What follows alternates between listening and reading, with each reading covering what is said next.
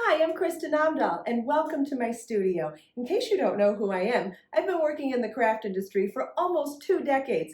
I've written and designed almost 1,000 knit and crochet patterns. I've published dozens of books. I've been on 2 TV shows, and oh gosh, so much more. One of the biggest questions that I get asked is, where should I start if I'm a beginner? And whether that's for knitting or crochet, it's still an important question.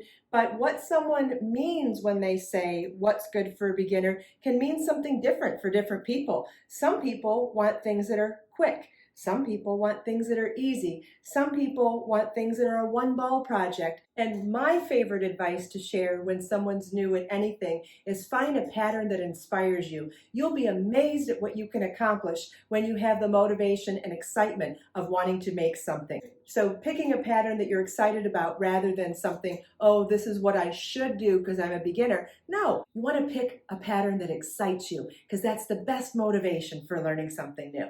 I've organized some of my easier patterns in several categories, and I want to show you some of them here in this video, but I've also posted a link in the video description so you can have access to all of these patterns as well. Let's get started.